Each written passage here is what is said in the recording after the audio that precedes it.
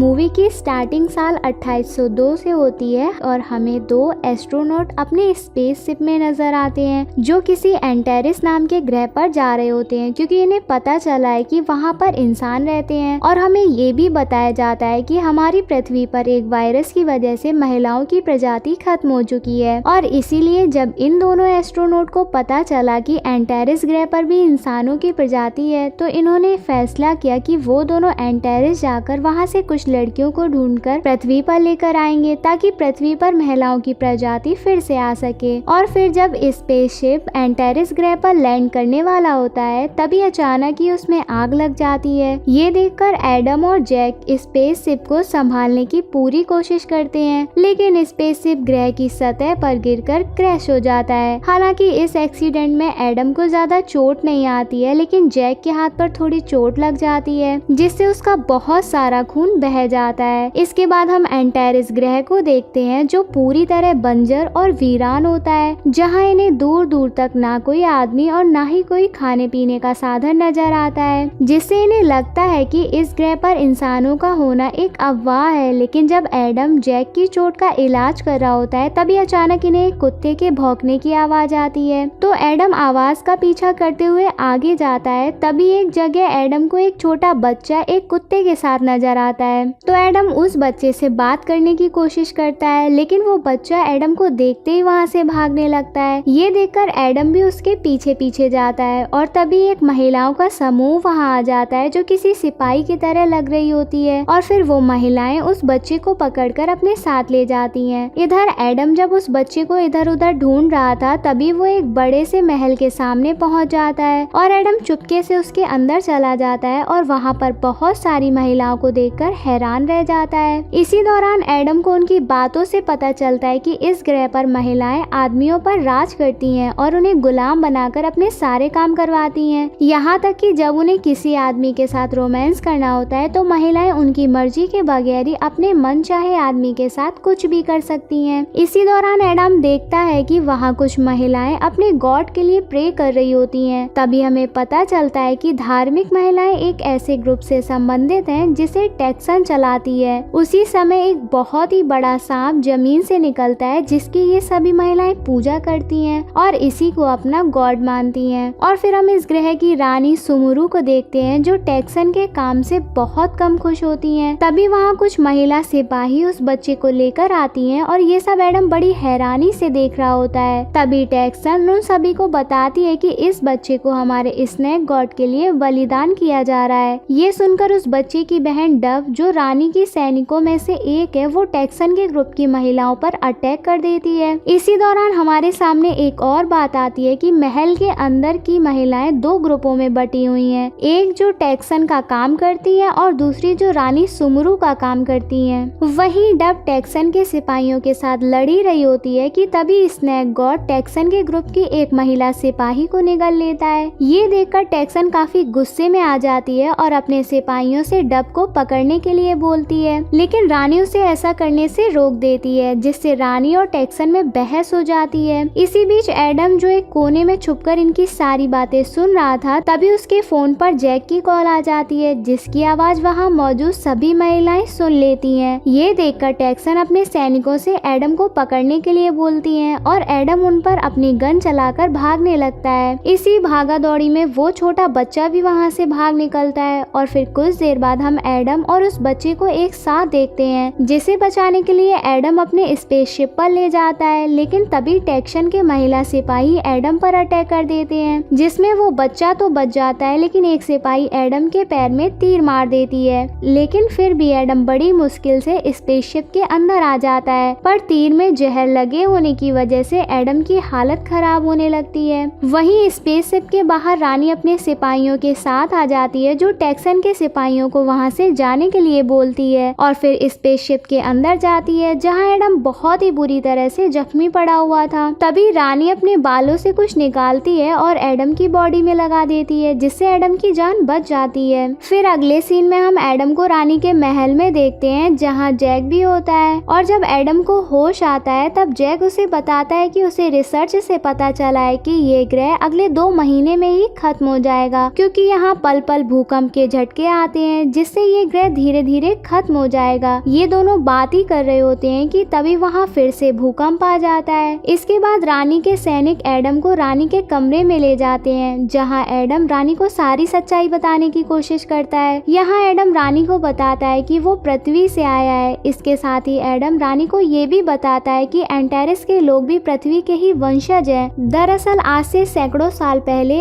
एक एस्ट्रोनॉट लोगों का दल इस ग्रह पर लाइफ की खोज करने के लिए आया है, जिन्होंने पहले 100 सालों तक पृथ्वी पर संपर्क बनाकर रखा, लेकिन बाद में कुछ तकनीकी खराबी की वजह से उनका पृथ्वी से संपर्क टूट गया और इस वजह से ही वो सारे एस्ट्रोनॉट लोग इसी ग्रह पर फंस कर रह गए। अब एडम की सारी बातें सुनने के बाद रानी भी हैरान हो जाती हैं और एडम की बातों पर इसलिए यकीन करती हैं क्योंकि उसके पूर्वजों ने भी पहले पृथ्वी के बारे में बताया था। और फिर रानी एडम को अपने ग्रह के बारे में बताती है कि यहाँ लगातार भूकंप आने की वजह से ये ग्रह पूरी तरह बर्बाद हो गया। तभी अचानक टेक्सन का एक ग्रुप पावर में आया, जिसने ग्रह पर रहने वाले लोगों को स्नेक गॉड के प्रति आकर्षित किया। वहीं टेक्सन एक शाही परिवार से आती है जो मेरी तरह ही रानी बनना चाहती है, लेकिन ग्रह के लोगों ने उसे अपनी रानी स्वीकार नहीं किया और इसी वजह से टेक्सन अपने ग्रुप को बड़ा कर रही है ताकि एक दिन वो रानी को मारकर उसकी जगह राज कर सके। इसके बाद रानी एडम को बताती है कि बहुत सालों पहले आदमियों ने यहाँ प्रकाश की बहुत फ्लैश देखी जिसमें बहुत से आदमी मारे गए थे और उसी दिन से महिलाओं ने आदमियों को अपना गुलाम बना लिया। इसके बाद रानी एडम को अपनी खदान में ले जाती है जहाँ बहुत से आदमी गुलामों की तरह खुदाई का काम कर रहे होते हैं। यहाँ रानी एडम को बताती है कि हम आदमियों का इस्तेमाल अपना काम करवाने के लिए या फिर स्नेक गॉड को बलि चढ़ाने के लिए करते हैं। इसी दौरान जब एडम रानी को ये समझाने की कोशिश करता है कि ये ग्रह अगले 2 महीने में खत्म होने वाला है, तो रानी उसकी बातों पर यकीन करने की बजाय उसे पीटने लगती है और उसे अपने सैनिकों से कालकोठरी में डालने के लिए कहती है। इसके बाद जब रानी के सैनिक एडम को कैद करने के लिए ले जा रहे होते हैं, तभी टेक्सन के ग्रुप के लोग उन पर अटैक कर देते हैं, जो रानी के ग्रुप की सारी महिला सैनिकों को मार देती है और एडम को पकड़कर अपने साथ ले जाती है। वहीं हम देखते हैं कि इस लड़ाई के बीच उस छोटे बच्चे की बहन डब बहुत बुरी तरह जख्मी हो जाती है और फिर अपने छोटे भाई के सामने ही दम तोड़ देती है। दूसरी तरफ टेक्सन के सैनिक एडम को टेक्सन के पास ले जाते हैं, जहां टेक्सन एडम को अपने ग्रुप में शामिल होने के लिए बोलती है और जब एडम इस काम के लिए मना करता है तो टेक्सन उसके साथ फ्लर्ट करने की कोशिश करती है, लेकिन एडम फिर भी उसे मना कर देता है। इससे टेक्सन काफी गुस्से में आ जाती है और एडम पर अटैक कर देती है, पर इससे पहले कि टेक्सन एडम को कोई चोट पहुंचा पाती तभी रानी जैक के साथ वहां आ जाती है और एडम को टेक्सन से बचा लेती है। यहाँ टेक्सन जब रानी से लड़ने की कोशिश करती है तो रानी उसे एक ही मुक्के में बेहोश कर देती है। इसके बाद रानी जैक और एडम को वहाँ से बाहर लेकर जाती है। इसी दौरान जैक एडम को बताता है कि उसके पास पहले की तुलना में बहुत कम समय बचा है। यहाँ रानी भी इन दोनों के बीच की बात सुन लेती है। तभी रानी एडम को एक वर्ल्ड जोन नाम की जगह के बारे में बताती है और ये वही जगह है जहाँ हजारों साल पृथ्वी से आया हुआ स्पेसशिप उतरा था। ये सुनकर एडम और जैक खुश हो जाते हैं क्योंकि उन्होंने किसी तरह से उस जगह पर पहुंचकर अपने जहाज को स्टार्ट कर लिया तो वो वापस पृथ्वी पर जा सकते हैं। यहाँ रानी भी उनकी मदद के लिए तैयार हो जाती है। इसके बाद रानी एडम और जैक के साथ वर्ल्ड जोन की तरफ जाती है, जहाँ से वो उनके साथ पृथ्वी पर जा सकती है। इस दौरान रास्ते में टेक्सन के सिपाही रोकने के लिए आते हैं, पर ये जैसे तैसे करके उन्हें चकमा देकर आगे बढ़ते रहते हैं। इसी दौरान रानी एडम के कहने पर कैद किए हुए सारे गुलाम आदमियों को छोड़ देती है और फिर महल से बाहर निकलकर एडम और जैक रानी के साथ पैदल ही वर्ल्ड जोन की तरफ जाते हैं। तभी रास्ते में एडम रानी को पृथ्वी पर चलने के लिए मनाने की कोशिश करता है, लेकिन रानी साफ मना कर देती है। यहाँ रानी एडम से कहती है कि वो अपने लोगों को यहाँ मरता हुआ छोड़कर नहीं जा सकती है। तभी रास्ते में एक जगह पर जैक को एक आदमी का कंकाल दिखाई देता है और जब जैक अपनी डिवाइस की मदद से उसकी जांच करता है तो उसे मालूम होता है कि इस आदमी की मौत पिछले 1000 साल पहले हुई थी। और यहाँ जैक ये भी बताता है कि करीब 1000 साल से पहले यहाँ बहुत ही बड़ा विस्फोट हुआ था, जिसकी वजह से बहुत से आदमियों की मौत हो गई थी। ये सुनकर रानी समझ जाती है कि ये वही रोशनी की चमक थी जो सदियों पहले उनके पूर्वजों ने देखी थी। इसका मतलब कि वो सब एक झूठ था। जो कुछ भी उनके धर्म में कहा गया था कि मर्द प्रजाति बहुत ही खतरनाक है। अब सारी सच्चाई जानने के बाद रानी अंदर से बहुत दुखी होती है, लेकिन एडम उसे आगे बढ़ने के लिए कहता है क्योंकि अब उनके पास ज्यादा समय नहीं बचा था। अगले सीन में ये सभी लोग वर्ल्ड जोन के पास पहुंच जाते हैं, जो कि एक बहुत ही बड़ा स्पेस स्पेसशिप होता है और फिर जैक और वो छोटा बच्चा इंजन को स्टार्ट करने की कोशिश करने लगते हैं, जबकि एडम और रानी स्पेसशिप की तकनीकी चीजों को चेक करने लगते हैं। और फिर बहुत मेहनत के बाद एडम और जैक स्पेसशिप के इंजन को स्टार्ट करने में कामयाब हो जाते हैं। पर तभी टेक्सन अपने सिपाहियों के साथ वहां आ जाती है और इन पर अटैक कर देती है, जिससे वहां बहुत ही घमासान लड़ाई होती है। पर एडम अपनी हाईटेक गन से टेक्सन के सभी सिपाहियों को मार देता है, लेकिन टेक्सन अभी जिंदा होती है, जो रानी से दो दो हाथ करने के लिए कहती है। ये सुनकर रानी टेक्सन को जबरदस्त तरीके से मारती है। इसी बीच टेक्सन जब रानी को जान से मारने की कोशिश करती है, तभी एडम उसे अपनी गन से शूट कर देता है, जिससे उसकी मौत हो जाती है। इसके बाद जैक स्पेसशिप को उड़ान भरने के लिए तैयार करता है। वहीं अब रानी भी समझ जाती है कि उसका ग्रह अब खत्म होने वाला है, तो अब रानी भी एडम और जैक के साथ पृथ्वी पर चलने के लिए मान जाती है। और जब ये सभी लोग स्पेसशिप में बैठकर उड़ान भरते हैं, तो एंटेरिस के लोग स्पेसशिप को आसमान में उड़ता हुआ देखकर काफी परेशान हो जाते हैं। वहीं एडम जब एंटेरिस के लोगों को उनकी रानी के बिना देखता है, तो उसे उनके लिए काफी बुरा महसूस होता है। तो एडम जैक से स्पेसशिप को नीचे उतारने के लिए बोलता है और ग्रह पर बचे हुए बाकी लोगों को अपने साथ पृथ्वी पर ले चलने के लिए बोलता है। इस पर जैक एडम से कहता है कि अगर हम वापस ग्रह पर जाते हैं तो वहां आने वाला खतरनाक भूकंप हमारे स्पेसशिप को खत्म कर सकता है। पर एडम और रानी इतना जोखिम उठाने के लिए तैयार होते हैं और फिर रानी और एडम के ज्यादा बोलने पर जैक स्पेसशिप को नीचे उतार देता है। वहीं ग्रह पर मौजूद लोग स्पेसशिप को देखकर डर रहे होते हैं, तो रानी बाहर जाकर उन सभी को समझाती है और उन्हें स्पेसशिप के अंदर आने के लिए कहती है। तो रानी की बात मान सभी लोग स्पेसशिप के अंदर आ जाते हैं और जब जैक स्पेसशिप को फिर से उड़ाने के लिए तैयार होता है, तभी स्पेसशिप पर एक बहुत बड़ा कोबरा अटैक कर देता है। लेकिन जैसे ही जैक स्पेसशिप को उड़ान भरने के लिए स्टार्ट करता है, तभी स्पेसशिप से निकलने वाली आग से वो कोबरा जलकर मर जाता है और फिर स्पेसशिप पृथ्वी के लिए उड़ान भरते हुए आसमान की तरफ चला जाता है। और इसी के साथ ये मूवी यही खत्म हो जाती है। हमारे चैनल को ऐसे ही प्यार देते रहिए। चलो जल्दी से कमेंट करके बताओ आपको मूवी कैसी लगी। लाइक और शेयर करना मत भूलना।